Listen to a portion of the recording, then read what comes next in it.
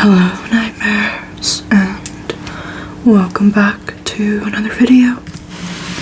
So the community poll won for me reading part 3 of Interview with the Vampire, and so that's what we're gonna do today. I quickly wanna pop in to say I'm so grateful that you all are here, and I'm really excited for the future of this channel, and I'm really grateful for every single one of you. I think my lighting looks a little crazy right now, so bear with me if you see me fixing myself. So, how are you doing today? How is your week? How was last month? Mine was crazy. It is the month of February, the month of love, and I figured how fitting to wear red today and my heart-shaped glasses so I can see what I'm reading for you guys. So, shout out to this beautiful choker that a cultist official sent me. And this cool little Ankh necklace I got at my friend Beck's shop, the Serpent's Key. This is a separate choker, of course.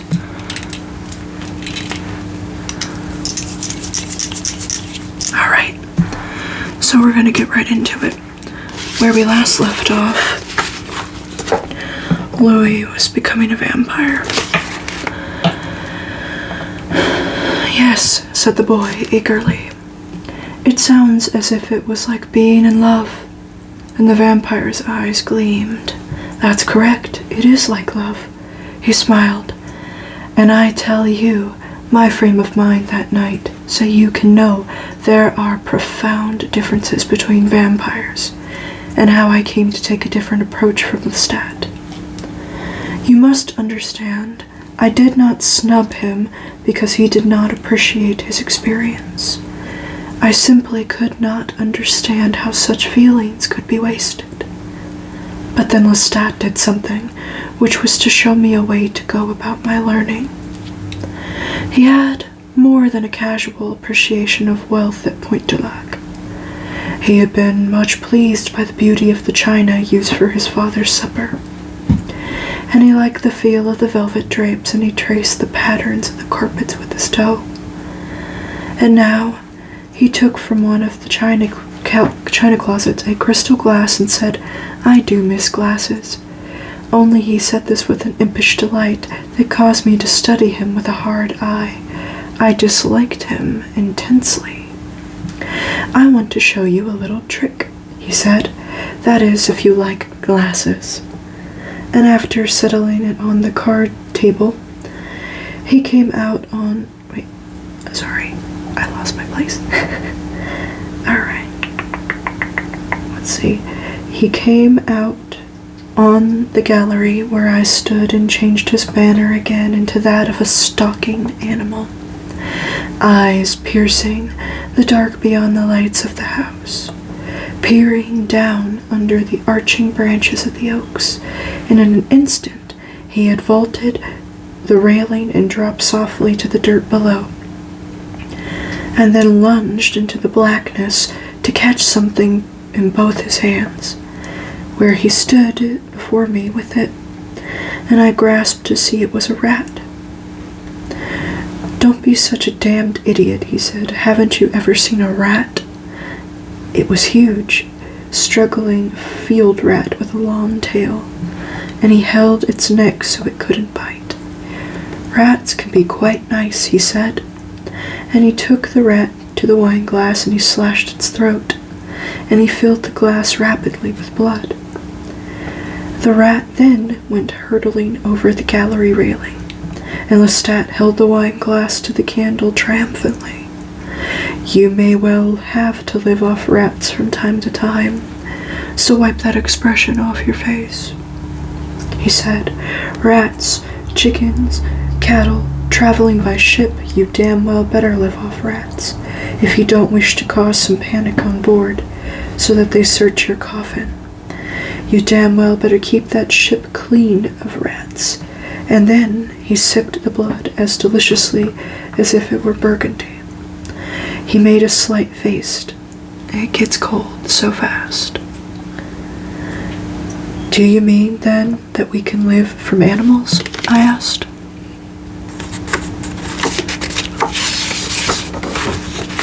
Yes. He drank it all down and then casually threw the glass at the fireplace, and I stared at the fragments. You don't mind, do you? He gestured to the broken glass with a sarcastic smile. I surely hope you don't, because there's nothing much you can do about it if you do mind. I can throw you and your father out of Point-du-Lac if I mind, I said. I believe that this was my first show of temper. Why would you do that? He asked with mock alarm. You don't know anything yet, do you? He was laughing and then walking slowly about the room, and he ran his fingers over the satin finish of the spinet. Do you play? He asked. I said something like, don't touch it, and he laughed at me. I'll touch it if I like. He said, you don't know, for example, all the ways you could die, and dying now would be such a calamity, wouldn't it? There must be someone else in the world to teach me these things, I said calmly. Certainly, you are not the only vampire.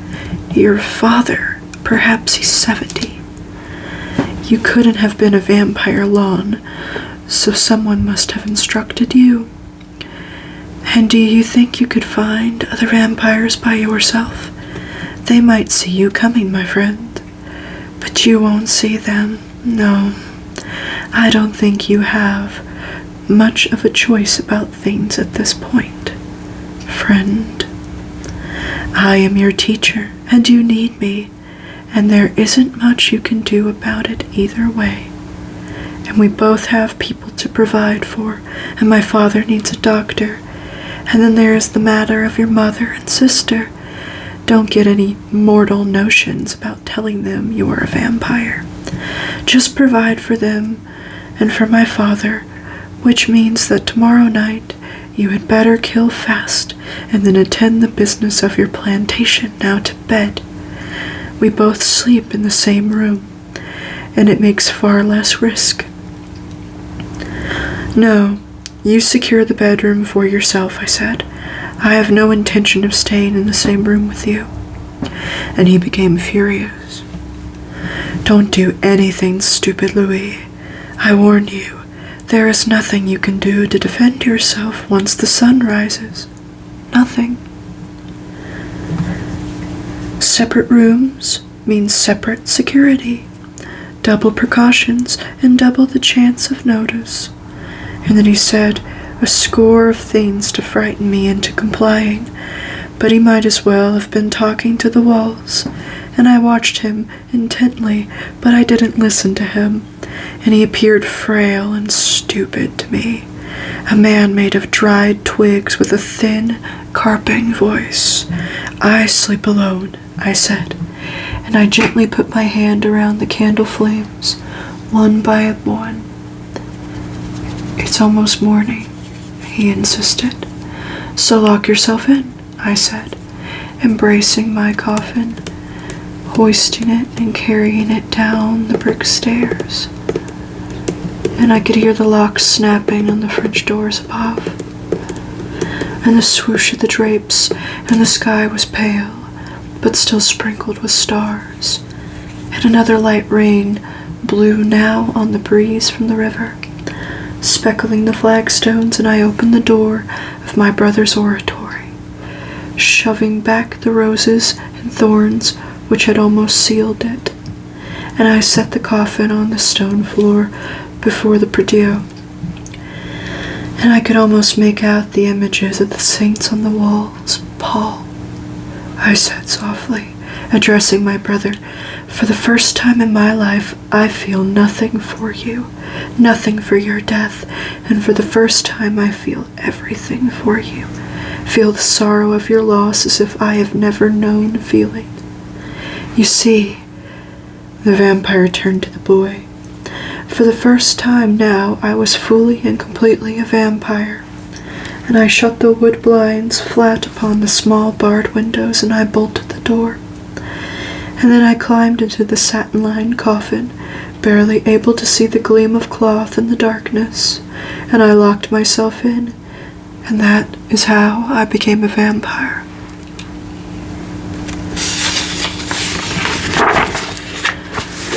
And there you were, said the boy after a pause, with another vampire you hated.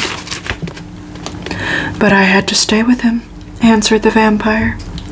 As I told you, he had me at a great disadvantage. Sorry about that. He hinted there was much I didn't know, and must know that he could alone tell me. But in fact, the main part of what he did teach me was practical and not so difficult to figure out for oneself. He taught how we might travel, for instance, by ship, having our coffins transported for us, though they contain the remains of loved ones being sent here or there for burial. How no one would dare open such a coffin. And we might rise from it at night to clean the ship of rats, things of this nature. And then there were shops and businessmen he knew who admitted us well after hours to outfit us in the finest Paris fashions. And those agents willing to transact financial matters in restaurants and cabarets. And in all of these mundane matters, Lestat was an adequate teacher. What manner of man he'd been in life I couldn't tell, and I didn't care. But he was, all for appearances, of the same class now as myself, which had meant little to me except that it made our lives run a little more smoothly than they might have been otherwise. He had an impeccable taste, though. My library to him was a pile of dust, and he seemed more than once to be infuriated by the sight of my reading a book or writing some observations in a journal. "That's mortal nonsense," he would say to me, while at the same time spending so much of my money to splendidly furnish Point-du-Lac, that even I, who cared nothing for money, was forced to wince, and in entertaining visitors at Point-du-Lac, those hapless travelers who came up the river, rode by horseback or carriage, begging accommodations for the night, sporting letters of introduction from other planters or officials in New Orleans. To these, he was so gentle and polite that it made things far easier for me, who found myself hopelessly locked to him and jarred over and over by his viciousness. "But did he harm these men?" asked the boy. "Oh yes, often he did. But I'll tell you a little secret, if I may, which applies not only to vampires, but to generals, soldiers, and kings. Most of us would much rather see somebody die than to be the object of rudeness under our roofs. Strange, yes, but very true. I assure you that Lestat hunted for mortals every night, and I knew my slaves. I went ahead a little bit. I knew, but he had been savage and ugly to my family, my guest, and my slaves, and I couldn't have endured it. He was not. He seemed particularly to delight in visitors. But he said we must spare no expense when our families were concerned, and he seemed to point me to push the luxury upon his father to an almost ludicrous point. The old blind man must be told constantly how fine and expensive were his bed jackets and robes, and what imported draperies had just been fixed to his bed, and what French and Spanish wines we had in the cellar, and how much of the plantation yielded, even in bad years, when the coast talked of abandoning the indigo production, and altogether, and going into sugar. But then, at other times, he would bully the old man, as I mentioned. He would erupt into such a rage that the old man whimpered like a child. "Don't I take care of you in burial splendor?" Lestat would shout at him. "Don't I provide for your every want? Stop whining to me about going to church or old friends. Such nonsense. Your old friends are dead. Why don't you die and leave me and my bankroll in peace?" And the old man would cry softly that these things meant so little to him in old age, and he would have been content on this little farm forever. And I wanted often to ask him later, where was this farm? From where did you come to Louisiana? To get some clue of the place where Lestat might have known another vampire. But I didn't dare to bring these things up, lest the old man start crying, and Lestat become enraged. But these fits were no more frequent than the periods of near obsequious kindness, when Lestat would bring his father supper on a tray and feed him patiently, while talking of the weather and of New Orleans news and the activities of my mother and sister. And it was obvious that a great gulf existed between father and son, both in education and refinement. But how it came about, I could not guess. And from this whole matter, I achieved a somewhat consistent detachment. Existence, as I've said, was possible. There were always the promise of being behind his mocking smile, that he knew great things, or terrible things, had commenced with levels of darkness I could not possibly guess at. And all the time he belittled me and attacked me for my love of the senses, my reluctance to kill, and the near swoon for which killing could not produce in me. He laughed uproariously when I discovered that I could see myself in a mirror. Crosses had no effect upon me, and he would taunt me with the sealed lips when I asked about God or the devil. "I'd like to meet the devil some night," he said, once with a malignant smile. "I'd chase him from here to the wilds of the Pacific, and I am the devil." And when I was aghast at this, he went into pearls of laughter. But what happened was simply that in my distaste for him, I came to ignore and suspect him, and yet to study him, and with a detached fascination. Sometimes I'd find myself staring at his wrist from which I'd drawn my vampire life from, and I would fall into such a stillness that my mind seemed to leave my body, or rather my body to become my mind. And then he would see me and stare at me with a stubborn ignorance of what I had felt and longed to know. Reaching over, shake me roughly out of it, and I bore this with an overt detachment unknown to me in the mortal life, and came to understand this part of a vampire nature.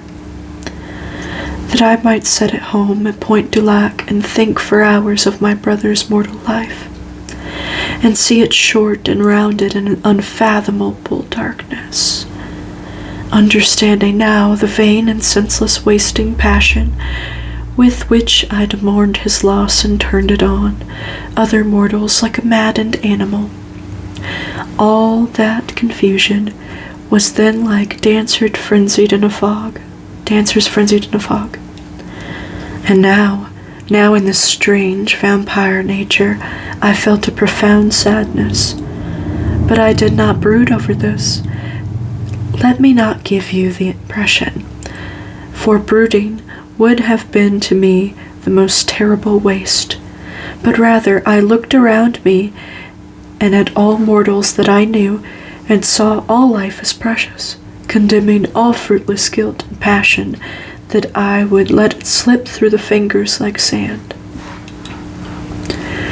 It was only now as a vampire that I did come to know my sister, forbidding her the plantation for the city life, which she so needed in order to know that her own time of life and her own beauty, and come to marry, not brood for our lost brother, or my going away, or become a nursemaid for our mother. And I provided for them all that they might need or want, and finding even the most trivial request worth my immediate attention. And my sister laughed at the transformation in me when we would meet at night, and I would take her from our flat at the narrow wooden streets to walk along the tree-lined levee in the moonlight, savoring the orange blossoms and the caressing warmth, talking for hours of her most secret thoughts and dreams and those little fantasies she dared tell no one, and would even whisper to me when we sat in the dim-lit parlor entirely alone. And I would see her sweet and palpable before me, a shimmering precious creature, soon to grow old, soon to die, soon to lose these moments that in their intangibility promised to us wrongly an immortality, as if it were our very birthright, which we could not come to grasp the meaning of until this time of middle life, when we looked on and only as many years ahead as many lay behind us, when every moment must be first known and then savored. It was detachment that made this possible, a sublime loneliness with which Lestat and I moved through the world of mortal men, and all material troubles passed from us, and I should tell you the practical nature of it.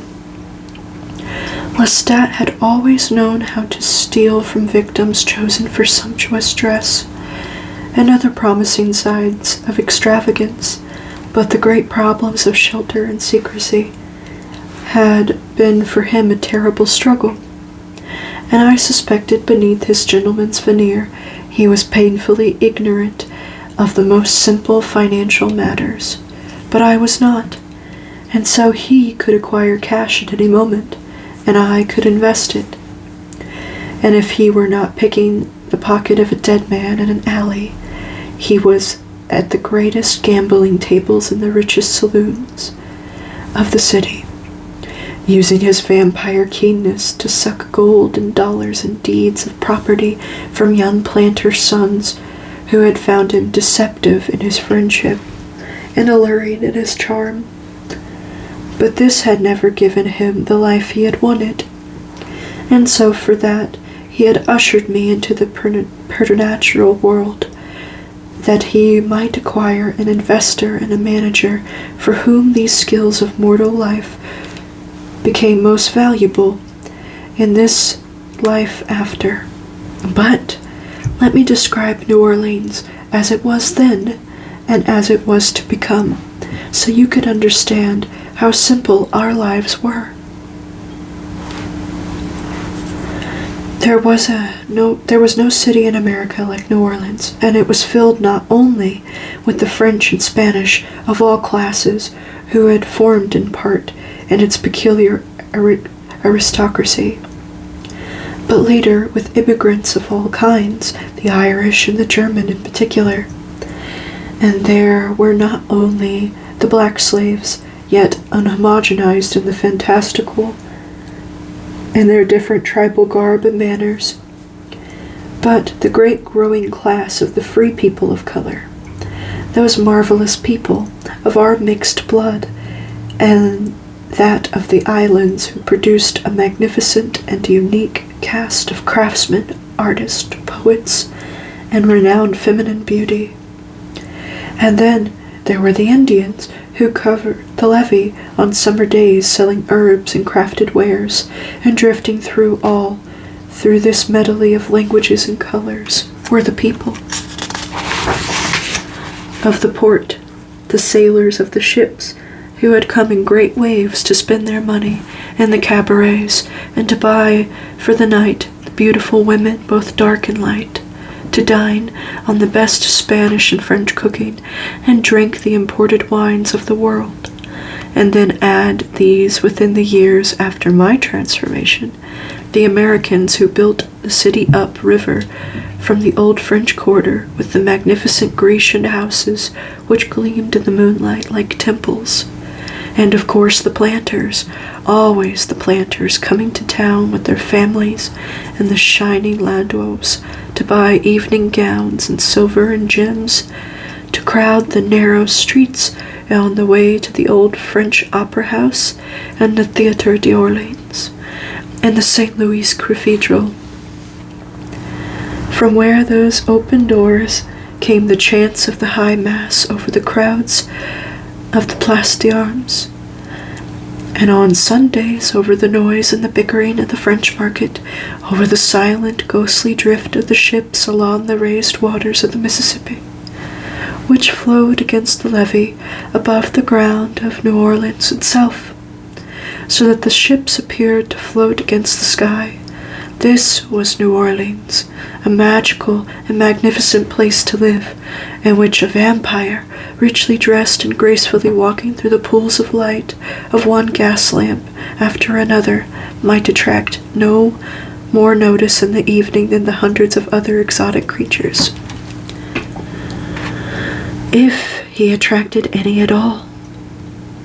If anyone stopped to whisper behind a fan, the man, how pale, how he gleams, how he moves. It's not natural.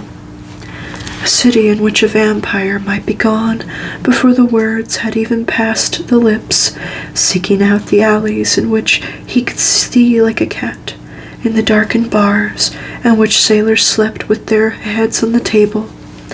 Great high-ceilinged hotel rooms, where a lone figure might sit, her feet upon the embroidered cushion, her legs covered with a lace counterpane, and her head bent under the tarnished light of a single candle, never seeing the great shadow move across the plaster flowers of the ceiling, never seeing the long white fingers reach to press the fragile frame. Remarkable, if for nothing else because of this, that all of these men and women who stayed, for any reason, left behind them some monument, some structure of marble and brick and stone that still stands, so that even when the gas lamps went out, and the planes came in, and the office buildings crowded the blocks of the Canal Street, something irreducible of beauty and romance remained, not every street perhaps, but in so many landscape, as for me the landscape of those times always, and walking now in the starlit streets of the quarter of the Garden District. I am in those times again, and I suppose that is the nature of the monument, be it a small house or a mansion of Corinthian columns and wrought iron lace. The monument does not say this or that man walked here. No. What he felt in one time in one spot continues. The moon that rose over New Orleans then still rises. As long as the monuments stand, it still rises. And as long as, the feeling at least here and there, it remains the same. And the vampire appeared sad, and he sighed as if he doubted what he had just said. What was it? He asked suddenly, as if he were slightly tired. Yes, money. Lestat and I had to make money. And I was telling you that he could steal, but it was an investment afterwards that mattered. And what we accumulated we must use. But I go ahead of myself. I killed animals, but I'll get to that in a moment. Lestat killed humans all the time. Sometimes 2 or 3 a night, sometimes more, and he would drink from one just enough to satisfy a momentary thirst, and then go on to another. The better the human, as he would say in his vulgar way, the more he liked it. A fresh young girl was his favorite for the first of the evening, But the triumphant kill for Lestat was a young man around your age.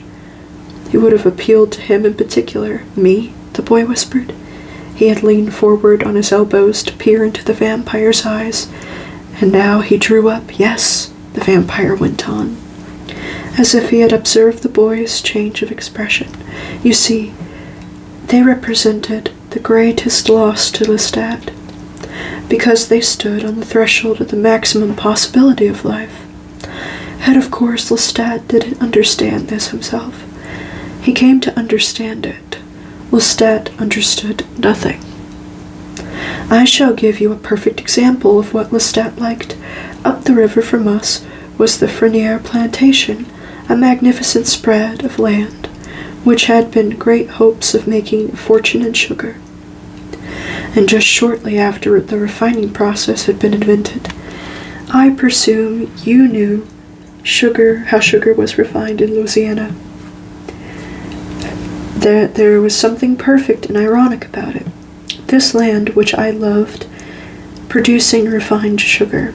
I mean this more unhappily than I think you know. This refined sugar is a poison, and it was like the essence of life in New Orleans, so sweet it could be fatal, so richly enticing that all other values are forgotten. But as I was saying, up the river from us lived the Freniers, a great old French family that had produced this generation 5 young women and 1 young man. And now 3 of the young women were destined not to marry, but 2 of the young enough still. But 2 were young enough still. Let's see. And still depended upon the young man. And he was to manage the plantation as I had done for my mother and sister. He was to negotiate marriages, to put together dowries, and when the entire fortune of the place rode precariously on the next year's sugar crop, he was to bargain, fight, and keep a distance the entire material world for the world of the Frenier. Lestat decided he wanted him, and when fate alone nearly cheated Lestat, he went wild. He risked his own life to get the Frenier boy, who had become involved in a duel. He had insulted a young Spanish Creole at a ball, and the whole thing was nothing really. But, like most young Creoles, this one was willing to die for nothing. And they were both willing to die for nothing.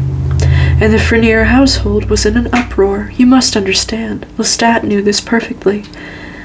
But, for both of us, he had hunted the Frenier plantation. Lestat for slaves and chicken thieves, and me for animals. You were killing only animals? Yes, but I'll come to that later, as I said. We both knew the plantation, and I had indulged in one of the greatest pleasures for a vampire, and that was of watching people unbeknownst to them. I knew the Frenier sisters as I knew the magnificent rose trees around my brother's oratory. They were a unique group of women. Each in her own way was as smart as the brother, and one of them, I shall call her Babette, was not only as smart as her brother, but far wiser. Yet none of them had been educated to care for the plantation. None understood even the simplest facts about its financial state, and all were totally dependent upon the young Frenier. And all knew it. And so, larded with their love for him, their passionate belief that he hung the moon, and that any conjugal love they might ever know would only be a pale reflection of their love for him, larded with this was a desperation as strong as the will to survive. If Frenier died in the duel, the plantation would collapse. Its fragile economy, a life of splendor based on the perennial mortgaging of next year's crop, was in his hands alone. So you can imagine the panic and misery in the Frenier household the night that his son went to town to fight the appointed duel. And now picture Lestat gnashing his teeth like a comic opera devil because he was not going to kill the young Frenier. I think that is a good stopping point for tonight. I'm very sorry for not doing an hour this time. I have work in about an hour, and I only have today to film. This Wednesday, I'm going to be doing photography with a good friend for his college project. He needs to take pictures of people, and I was like, I'm here available, take pictures of me. So when I get those photos, I will gladly share them with you guys. I'm doing a little special, I believe, for Valentine's Day, because I am off that day. I'm trying to decide if I'm gonna do little, I don't know, I'm planning what I'm gonna do. Give me ideas. I have like none. But I do want to definitely do a Valentine's Day special. I was thinking about reading old poems about love, or some of my favorite poems about love. Anyways, I hope you have a good day, a good night, a good week. And I have officially made a Discord. I have a few friends, people I know in person, and a few close friends from my TikTok lives who support me regularly. If you'd like to join the Discord, it is 18 plus, as some of the subject matter we talk about in there is adult stuff, you know, and just regular conversations, but I would like it to be 18 plus. And if you're interested in joining, I can see about getting you a link to the Discord.